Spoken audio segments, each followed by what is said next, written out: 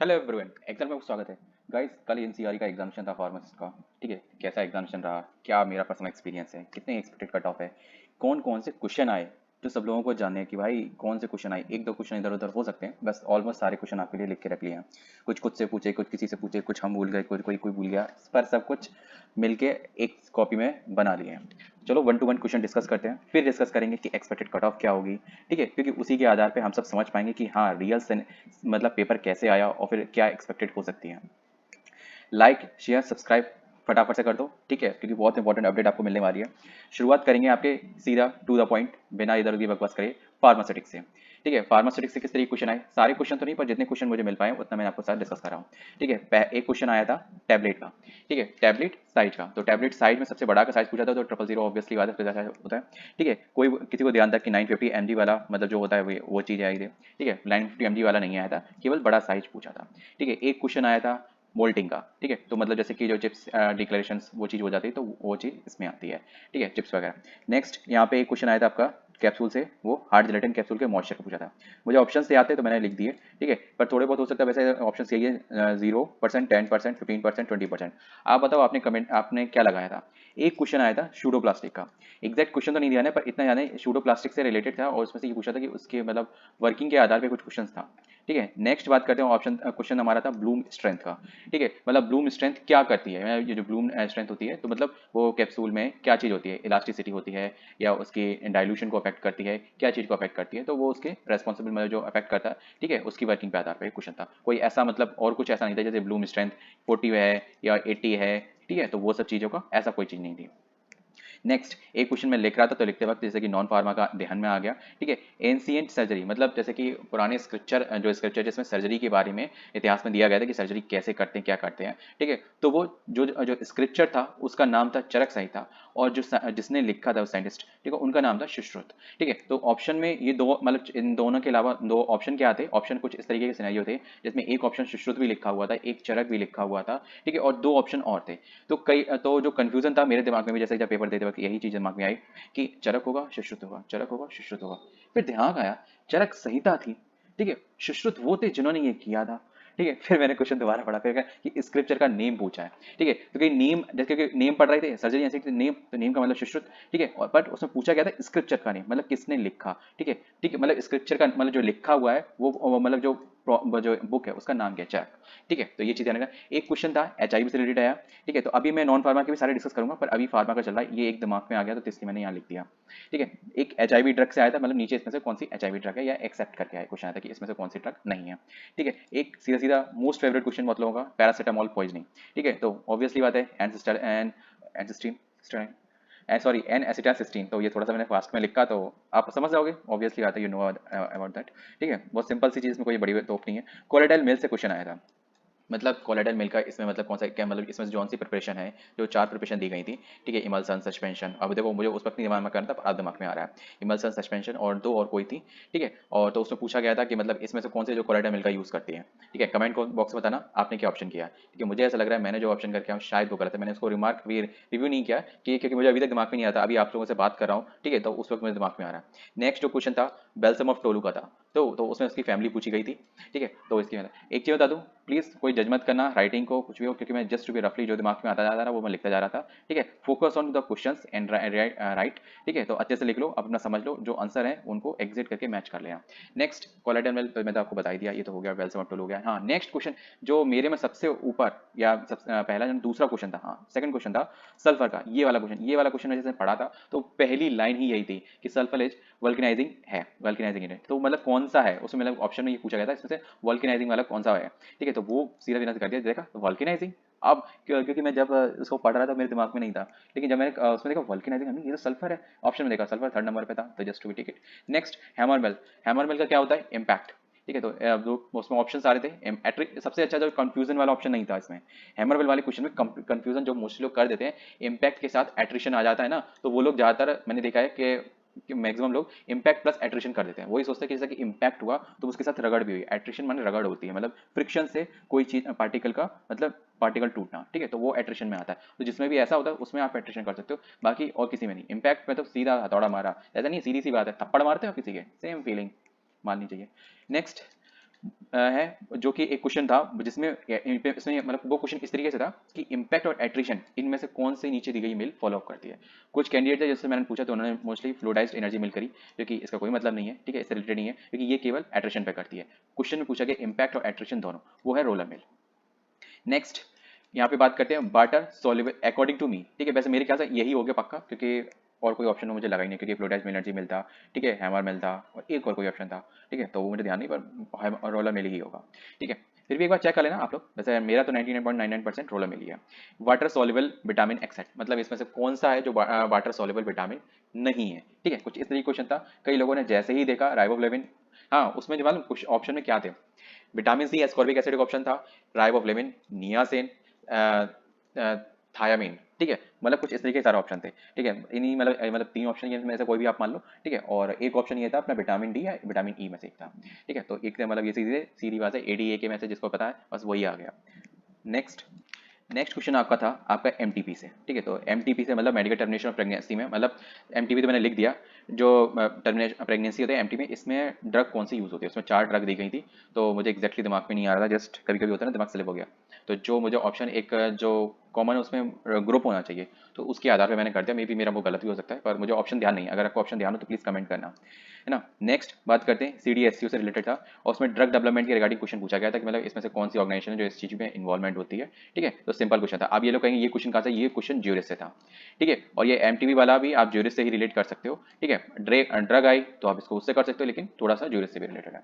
Next यहाँ पे बात करते हैं, एक क्वेश्चन था इंडोल एल्कोलाइड कौन से हैं, ठीक है, ये एल्कोलाइड की स्पेलिंग शायद गलत हो सकती है, पर इस पर ध्यान मत देना, काम पे ध्यान दो बस, ठीक है, अभी कमेंट में देखना बहुत सारे ऐसे ही कमेंट आएंगे मुझे पता है ना। नेक्स्ट इसमें तो ऑप्शन 4 दिए गए थे, उसमें से कौन सा था, ठीक है, तो जो आपका ऑप्शन था वो आप चेक कर सकते हो, ऑप्शन मुझे एक्जैक्टली दिमाग में नहीं आ रहा जिसके आधार है, ठीक है, कौन सा मैं आपको बताता जा रहा हूँ।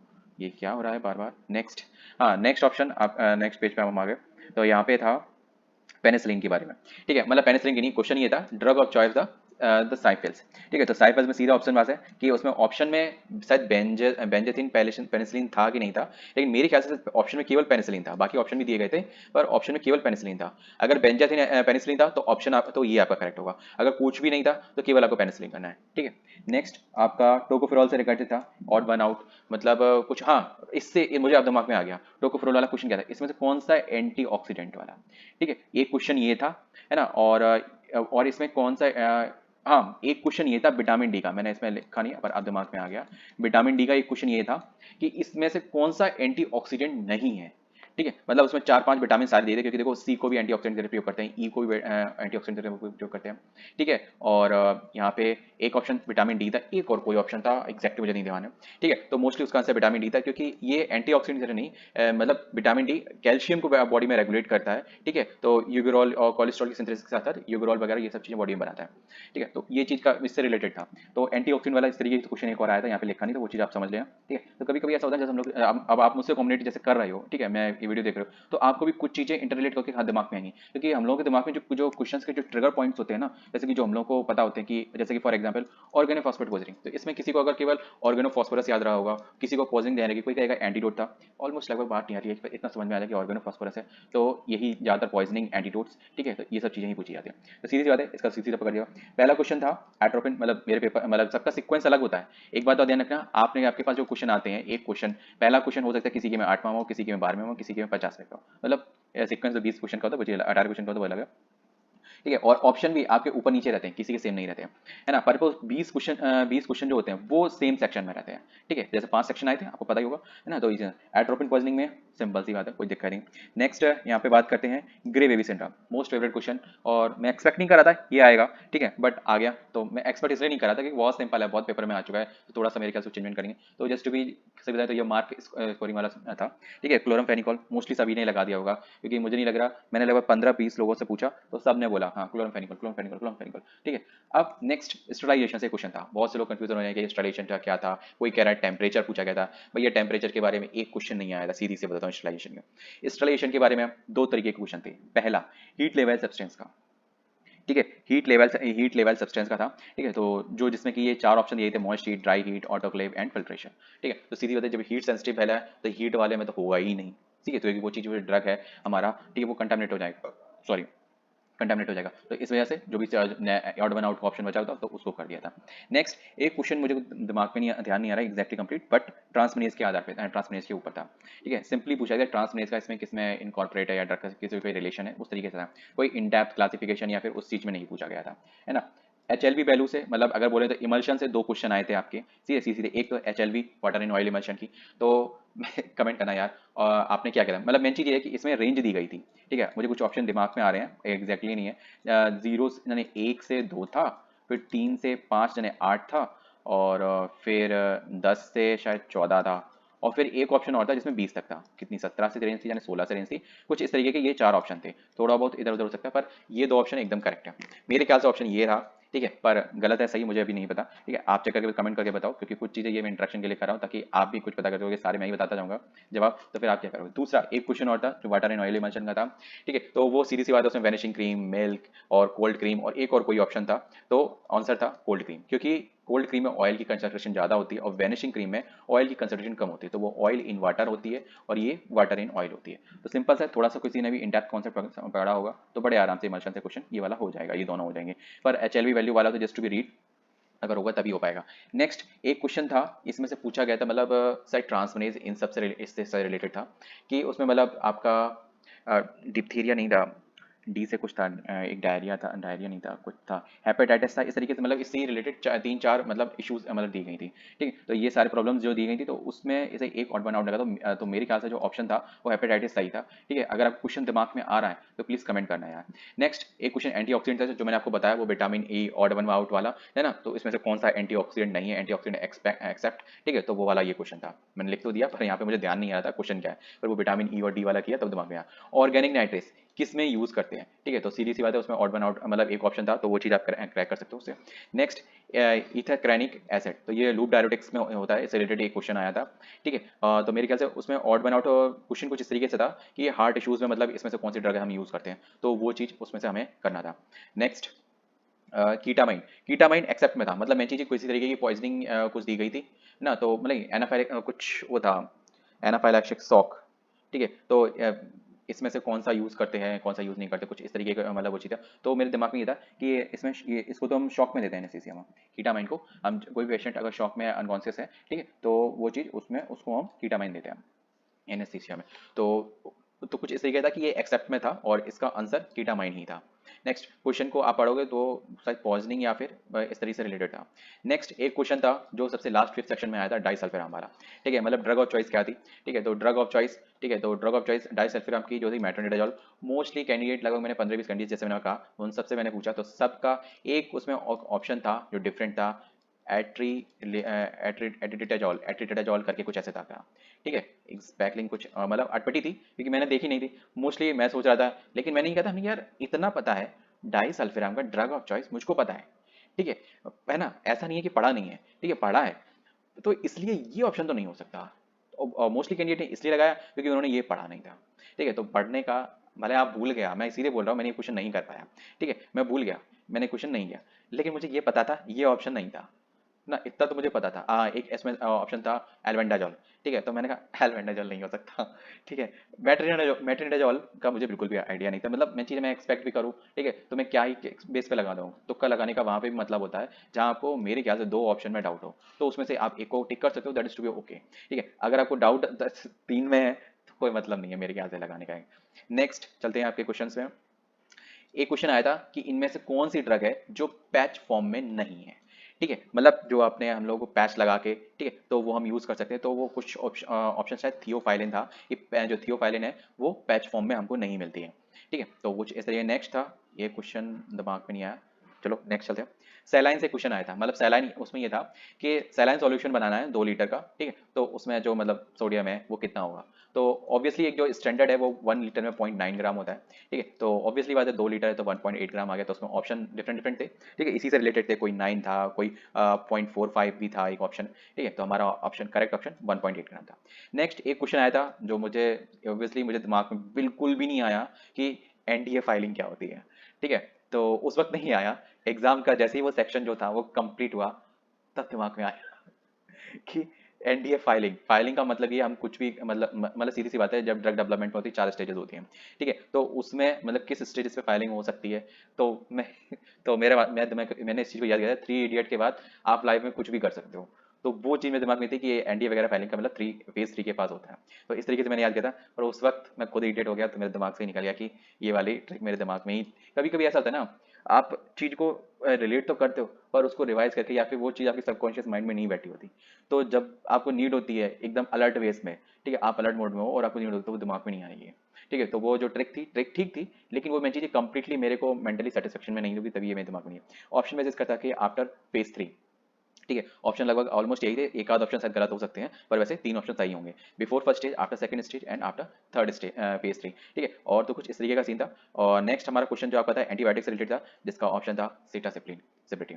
नेक्स्ट, अब जैसा तो क्वेश्चन मुझे दिमाग में नहीं आ रहा, या इसमें से कोई एंटीबायोटिक किसके यूज किया था, कुछ इस तरीके था ना, सीधा था, सॉरी एंटीबायोटिक बोला, एंटी डायबिटिक, वही मैं कहूँ, मैं अभी आपसे बोल रहा था एंटीबायोटिक, मैंने फिर एंटीबायोटिक से रिलेटेड ऐसा कोई क्वेश्चन डायरेक्ट आया ही नहीं, ठीक है। नेक्स्ट आपके यहाँ पे पोसोलॉजी का, पोसोलॉजी मतलब करती क्या है, ठीक है, पोसोलॉजी का मतलब मेन चीज डिफरेंस क्या है, वो करती क्या है, ठीक है, ऑब्वियसली बात है, इसमें हम लोग क्या सीखते हैं, क्या ड्रग का मतलब क्या वेइंग वगैरह, ठीक है, डोजेस फॉर्म मतलब कितनी क्वांटिटी में क्या चीज, तो इसी से रिलेटेड एक ऑप्शन था, उसमें आपको टिक करना था, ड्रग से related, drug weighing, drug dose, ठीक है, मतलब इतनी क्वांटिटी का डोज, इतनी क्वांटिटी का डोज, इतनी क्वांटिटी का, लाइक दैट। नेक्स्ट यहाँ पे बात करते हैं, ठीक है, किसका पैच पैच वगैरह, तो ये क्वेश्चन हो गए, ठीक है, तो यहाँ पे हमारा ये चीज पैच वगैरह का सिस्टम खत्म हो गया, अब हम चलते हैं नॉन फार्मा सेक्शन, ठीक है, नॉन फार्मा सेक्शन मुझे मतलब कुछ क्वेश्चन एकदम लगभग ऑलमोस्ट याद है, एक आध डिटेल थोड़ी बहुत मिसमैच हो सकती है, ठीक है। ट्रेन का एक क्वेश्चन आया था मैथमेटिक्स से, ठीक है, सुन लो पहले पहले, मैथमेटिक्स क्वेश्चन आया था जिसमें पूछा गया था, एक ट्रेन जा रही है, एक प्लेटफॉर्म को क्रॉस कर रही है, जो कि प्लेटफॉर्म 100 मीटर है और ट्रेन की लेंथ 200 मीटर है, 10 सेकंड में वो क्रॉस कर ले रही है, ठीक है, और उसमें जो ऑप्शन दिए गए थे वो लोग थोड़े कंफ्यूजिंग थे, तो जो लोग थोड़ा सा प्रैक्टिस किए होंगे तो भी वही ये क्वेश्चन कर पाए होंगे। मोस्टली मैंने जैसे कि तीन जितने लोगों से पूछा, उसमें से 2 ही 3 थे जिन्होंने क्वेश्चन अटेम्प्ट किया, और उसमें से एक ही 2 था जिसके आंसर सही था, बाकी सबके आंसर गलत थे, बिकॉज ऑफ दैट वो कन्वर्ट नहीं करेक्ट कर पा रहे थे, तो एजम्पशन के आधार पर उन्होंने आंसर लगाया, ठीक है, तो मेन चीज था उसमें मीटर इन सेकंड में हमें स्पीड दी गई थी, ठीक है, तो मतलब उसको हमने स्पीड निकाल ली, ठीक, तो स्पीड निकालने के बाद यहाँ पे हम लोग क्या करते हैं, फिर इसको हमने कन्वर्ट कर लिया किलोमीटर पर आवर में, दैट्स इट, है ना, बस इतना सा करना था, कुछ खास ऑप्शन नहीं था। नेक्स्ट क्वेश्चन था हमारा बोट एंड स्ट्रीम का, तो बोट एंड स्ट्रीम में हमें अप स्ट्रीम दी गई थी, डाउन स्ट्रीम दी गई थी, और स्पीड ऑफ करंट मतलब वाटर की स्पीड वो बतानी थी, दैट्स इट। नेक्स्ट आपका एक क्वेश्चन आया था, जो उसमें पूछा गया था कि ऐसा कौन मतलब प्रधानमंत्री मतलब गवर्नमेंट की तरफ से ऐसी कौन सी स्कीम है जिसके थ्रू जनता को, आम जनता को लोग मतलब कम दरों में दवाइयाँ मिलती हैं, ठीक है, तो लो कॉस्ट मेडिसिन, ठीक है, ऑब्वियसली बात है, प्रधानमंत्री जनौषधि योजना, ठीक है। नेक्स्ट यहाँ पे चरक के बारे में, जो चरक संहिता थी, ठीक है, जो surgery of the ancient scripture, ठीक है, उसके बारे में पूछा गया था, ठीक है, तो चरक संहिता के बारे में पूछा गया था, जो लिखा था उन्होंने सुश्रुत ने था, पर पूछा स्क्रिप्चर, ठीक है, स्क्रिप्चर का नाम, ठीक है, तो वो चीज़ है, जो ऑथर थे मतलब जिन्होंने था उनका नाम नहीं पूछा गया था। एक क्वेश्चन और आया था नॉन फार्मा में ऑथर से रिलेटेड, ठीक है, एग्जैक्टली मुझको नहीं ध्यान आ रहा, ठीक है, हाँ हाँ हाँ हाँ, ध्यान आ गया। क्वेश्चन ये था, ऑथर को कौन सा अवार्ड दिया जाता है, ठीक है, दादा साहब फाल्के अवार्ड है, एक था कुछ शश शश संहिता करके कुछ नहीं, शत करके कुछ ऐसे करके कुछ और ऑप्शन था, मेरे ख्याल से दादा साहब फाल्के अवार्ड ऑथर को दिया जाता है, ठीक है, फिर भी चेक कर लेना, ठीक है, ऑथर को क्वेश्चन ये था, ऑथर को जैसे कोई भी बुक का ऑथर है, ठीक है, उसको कौन सा अवार्ड दिया जाता है, ठीक, तो उसमें एक ऑप्शन था अर्जुन अवार्ड, तो ऑब्वियसली बात है अर्जुन अवार्ड खेल में दिया जाता है, ठीक है, और मोस्टली आर्चरी वगैरह में, ठीक है, तो खेल में दिया जाता है। एक ऑप्शन और था, वो मुझे पता था, वो किसी और चीज़ का था, ठीक है, द्रोणाचार्य का अवार्ड, ठीक है, द्रोणा का ही था, ठीक है, और एक ऑप्शन ये था वो कहते हैं दादा साहब फाल्के अवार्ड, ठीक है, और दूसरा ये था, मतलब मेन चीज़ ये होता है कि दादा साहब फाल्के अवार्ड मोस्टली जैसे कि आप लेखक में और उसमें तो कुछ बड़ा आपने किया हो जैसे कि, तो उसमें दिया था, अब मुझे एग्जैक्टली और एक शख्स शख्स करके मुझे ऑप्शन बिल्कुल भी दिमाग में नहीं आ रहा, शख्स करके कुछ था स्क्रिप्ट, अब आप समझ जाओ, आप लोगों का अगर देखा होगा दिमाग में आ रहा तो कर लो, बस क्वेश्चन का सीधा क्वेश्चन से आंसर निकल आएगा, और ऑथर को कौन सा अवार्ड दिया जाता है, दैट्स इट ना। नेक्स्ट आपका रीजनिंग से क्वेश्चन था, मैं रीजनिंग से ही मानूंगा, ये कोई मैथ का क्वेश्चन है नहीं, पहली बात तो, ठीक है, कुछ लोग अगर माने तो मान सकते हैं, इसमें मिसिंग नंबर फाइंड करना था, यहाँ पे कितना था, तो यहाँ पे एक सीरीज का डिफरेंस चल रहा था 3 5 7, ठीक है, तो समझ रहे होगे ऑड का चल रहा है डिफरेंस, तो ऑड का डिफरेंस के अकॉर्डिंग आपका आंसर निकल आएगा। नेक्स्ट एक क्वेश्चन ये था जो मोस्ट लोगों ने किया होगा और नहीं भी किया होगा, ठीक है, गलत किया सही किया आप खुद पता करो, ठीक है, कि एक घड़ी में सुबह के 8 बजे हुए हैं, ठीक है, सुबह के 8 बजे 8 AM मैंने फिर भी लिख दिया है, ठीक है, हिंदी में बोल रहा हूँ तो सभी को ध्यान होगा, क्वेश्चन में 8 AM लिखा हुआ था, ठीक है, हर 24 घंटे में वो 8 मिनट का एरर करती है, एरर ऐसा नहीं है, एरर गेन करती है, मतलब 8 मिनट प्लस हो जाते हैं, ठीक है, मतलब अगर मान के चलो तो आज 8 मिनट रही है तो कल 8 बज के 8 मिनट हो जाएंगे, ठीक है, ऑन दैट टाइम। और उसमें पूछा गया कि 1 बजना है, ठीक है, 1 बजे, ठीक है, विद फॉलोइंग टाइम के, ठीक है, following in the following days, ठीक है, इन 1 PM in the following days what is the correct time, ठीक है, मतलब 1 बजा है घड़ी में, अगले दिन या जैसे कि नेक्स्ट डे तो नहीं दिया गया था, ठीक है, फॉलोइंग डेज मतलब आगे कभी भी दिन, ठीक है, और उसमें ये था कि अगर 1 बज रहा है घड़ी में तो करेक्ट टाइम उस वक्त क्या होगा, है ना, तो वो ऑप्शन में दिया गया था, एक 12:30 12:50 के आसपास का था, एक 14:20 के आसपास का था, एक 15:30 के आसपास का था, है ना, एक और कोई ऑप्शन था, ठीक है, तो इन तीन में से आपका एक सही ऑप्शन है, इतना मुझे मैं आपसे बता दे रहा हूँ, ठीक है, कमेंट बॉक्स में बताओ आप लोग क्या करके आए उसमें, ठीक है, तो ये तो मैंने आपको बता ही दिया, ये सारी डिस्कस कर दी हैं आपको। हाँ, फोक डांस से रिलेटेड एक क्वेश्चन आया था जो कि था लवानी, लवानी फोक डांस कहाँ का है, ठीक है, और बाई मिस्टेक मैं सही करके आया हूँ है ना, बाई मिस्टेक मैंने क्या उसमें देखो मुझे राजस्थान, क्योंकि इस तरीके के वर्ड की जो मैं सेंस से ही करके आया हूँ, क्योंकि मैंने शायद कहीं सुना था या अभी कहीं न्यूज़ में, ठीक है, या फिर आपने जैसे कि अगर पिछले 3 अगर जनवरी फरवरी मार्च अगर इनका अगर करंट अफेयर किया हुआ तो शायद उसमें मैंने, क्योंकि मैंने 3 महीने 3 4 महीने का ही कर पाया था, ठीक है, तो उसमें शायद आया उससे रिलेटेड, ठीक है, तो ये चीज महाराष्ट्र का ये है लवानी डांस, ये फोक डांस आया था और महाराष्ट्र करेक्ट ऑप्शन है, मैंने इसको चेक कर लिया, ठीक है, क्योंकि मुझे डांस का नाम नहीं आता तो मैंने सीधे डाला महाराष्ट्र का फोक डांस कौन सा, लवानी, हाँ लवानी था। तो ये सारे क्वेश्चन मैंने आपको कंप्लीट बता दिए 1 to 1, ठीक है, जितने दिमाग में आए, मैंने काउंट नहीं किए कितने हो गए हैं, पर ऑलमोस्ट जितने दिमाग में आए मैंने आपको सारे क्लियर कर दिए।